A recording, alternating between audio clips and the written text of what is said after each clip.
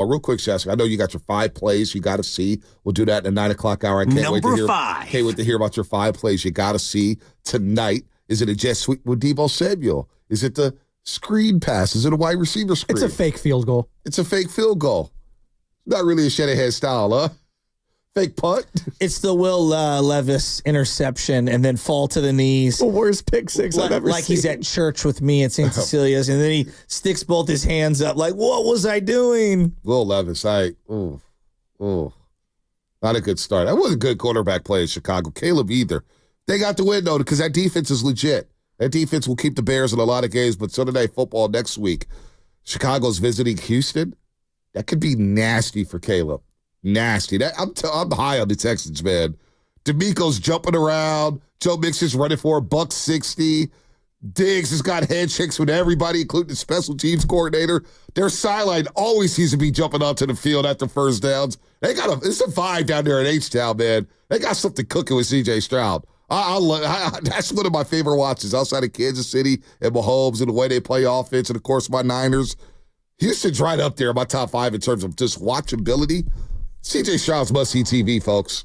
You know, they rebranded the uniforms. It's like the whole thing needs to go, like the Texans. Like I can't wrap my arms around their entire uniform, their logo, everything. They look like knockoff navy blue versions of the Atlanta Falcons jerseys, and they're just the logo is garbage. I'm sorry, like the whole thing. They need a rebrand. Oilers was just so perfect. It was iconic. I know the franchise went to Tennessee, but God, it just. Totally agree. It's so unique, too, and it's perfect for Texas. So you think of that, Texas is oil. Yeah, no, when you watch that McNair doc and you see the old baby blue and I Mitchell and S, they had the Earl Campbell kid, and I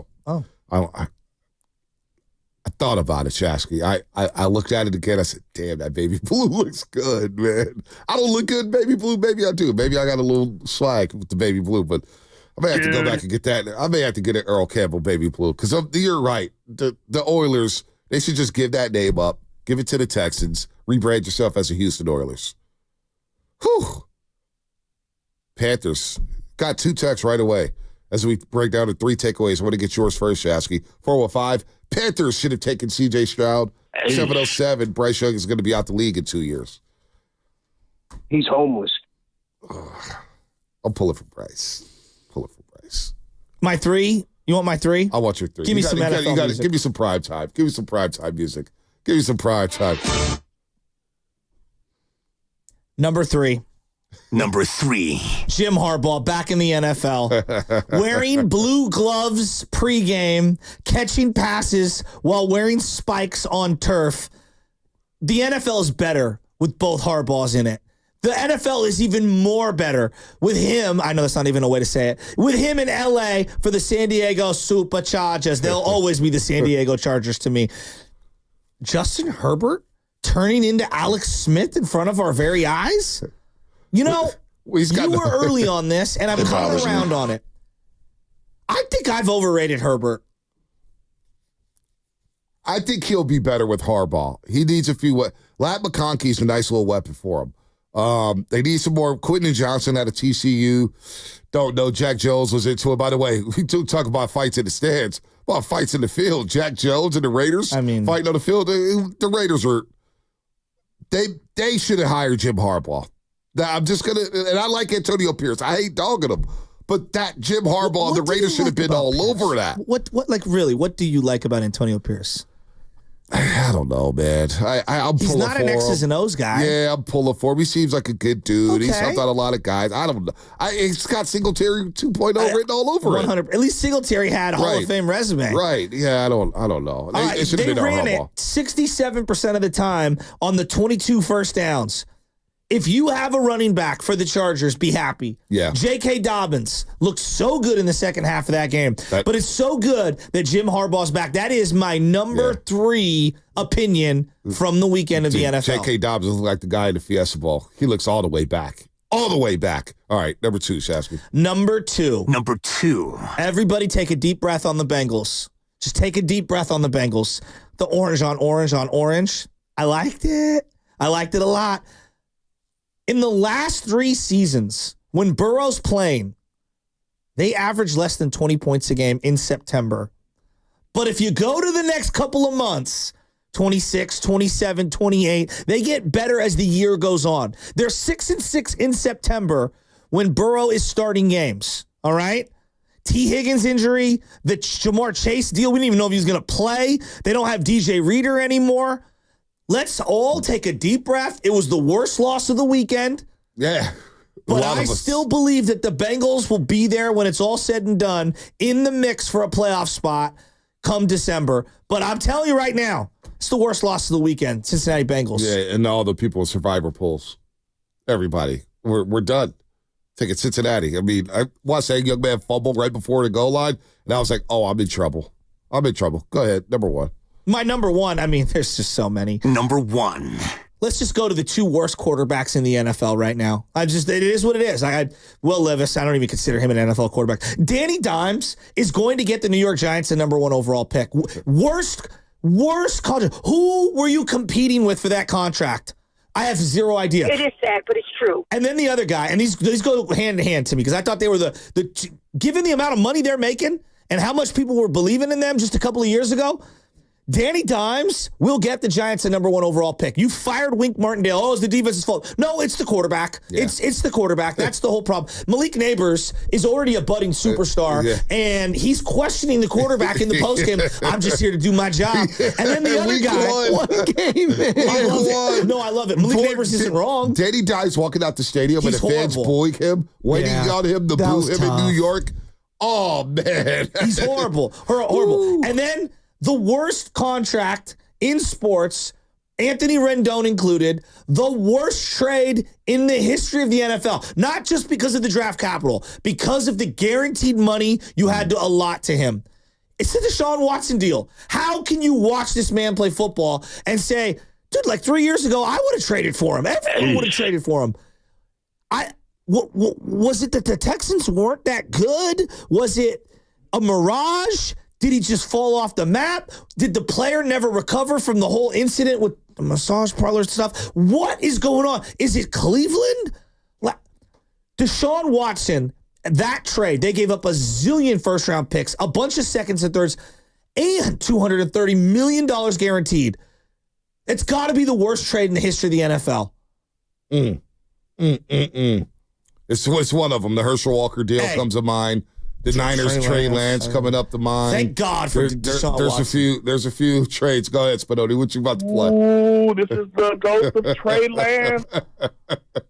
I thought Trey was going to get some action yesterday. Oh, man. He might have with the way they beat down Cleveland. Right now. So they may be Dallas's defense is legit. So my three takeaways from the NFL. Number 3. By the way, I squeezed 4 in there. I don't know if you noticed that. No, I noticed. My number 1 was a 2. I know you can't. I know you can't help yourself. I'm surprised you didn't go 6. Number 3. I do think that Josh Allen is Iron Man. So that's 5. So now we've got 5. And it's 3 takeaways with sub takeaways. Yeah, no.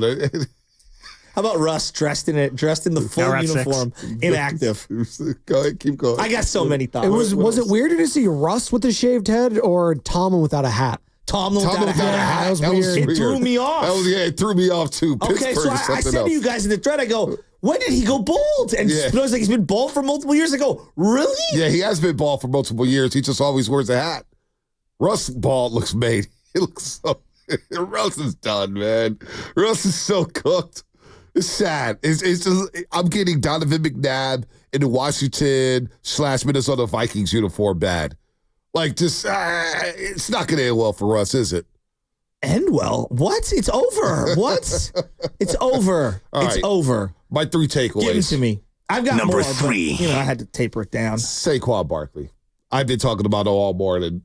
I'm still blown away by how fresh he looked, how durable he looked. And now he's in a situation to where they're going to be in a lot of ball games. He's got playmakers all around him.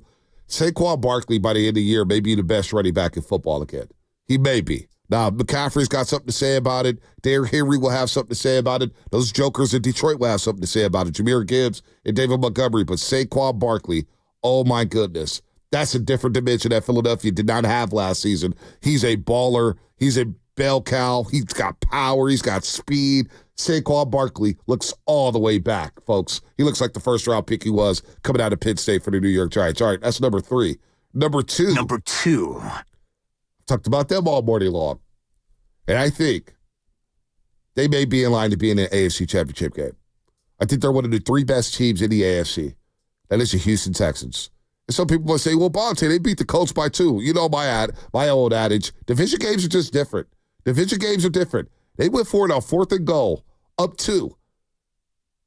C.J. Stroud, Stephon Diggs. We're going up 29-20. We're winning this game. Oh, wait, we need a 3rd down to ice the game? How about the throw for C.J. Stroud to Nico Collins on the sideline? And how about the catch? How about the catch? And then again, you get the sideline erupted, and then you get Joe Mixon running for 1st down to ice the game.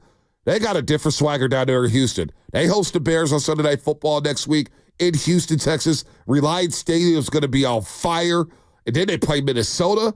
They could be 3-0 before hosting the Jacksonville Jaguars in the divisional showdown. Number 2, the Houston Texans. They have arrived. They are here. Last year was no fluke, folks. They're going to be one of the teams to beat in the AFC when it's all said and done. All right, number 1. Number 1. I can't believe I'm doing this. Can't believe I'm doing this. Part of it was because I know I can't go to the game because the Warriors have a home opener against the Clippers. Same time the Niners are hosting this team. But the Dallas Cowboys ran around differently yesterday. They ran around differently yesterday with their defense and Mike Zimmer. Micah Parsons was everywhere. And I watched his interview after the game where he said, I tend to get bored. So now Mike Zimmer's challenging me to do different things. And this rookie corner, number 21, I had no idea who he was. They lost Bland for a couple months. This rookie corner was nearly picking off everything. Now, I'm not sure how bad Cleveland is. They missed Conklin. They missed they missed Willis and Conklin. They're starting tackle, so I don't want to sell all the stock of Cleveland yet. And they will get Nick Chubb at some point this season. But Dallas's defense flew around, and CeeDee Lamb looks like the best wide receiver in football. I mean, he was running reverses. He was catching passes all over the middle of the field. I kept away looking at the Cowboys and said, okay, all right. They're going to have something to say in the NFC. Saints-Cowboys next week. Very interested in that matchup to see which one of these teams is actually for real. Because I could see a blowout like the Cowboys, like just stomping on the Saints because Derek Carr, it's Texas. I can't even begin to take Derek Carr serious. Well, we can't, right? Is that game it's in Dallas at Jerry's World. Now, if he wins or he looks good, I will walk it back. And having said that, they did win a couple years ago on Thanksgiving in Dallas. I think Derek Carr put like 400 yards. So it can happen. With the Raiders? With the Raiders. Regarding the Dallas Cowboys, their defense is so elite. Like, they are. Their front is elite. DeMarcus Lawrence, when he's engaged like that, he's a monster. Yeah. He's an absolute monster. I thought Zeke looked good. Nobody's going to bring this up. Zeke had juice yesterday. I thought Zeke looked good. He had juice yesterday. He did, dude. I was laughing. He looked good. He looked good in that 15. He looked slimmer. And it might have been the smartest thing to just kind of calm everything down by just giving Dak the money. Yeah, right before on game day. Look, I think the Cowboys are going to make the playoffs. Like, it's almost automatic for me as long as they stay healthy. The question is, like, is it going to be Eagles or Cowboys to win that division? I don't know. Yeah. I'm with you on the Cowboys. Like, that was impressive. You know who was not impressive yesterday? Who's that? Tom Brady.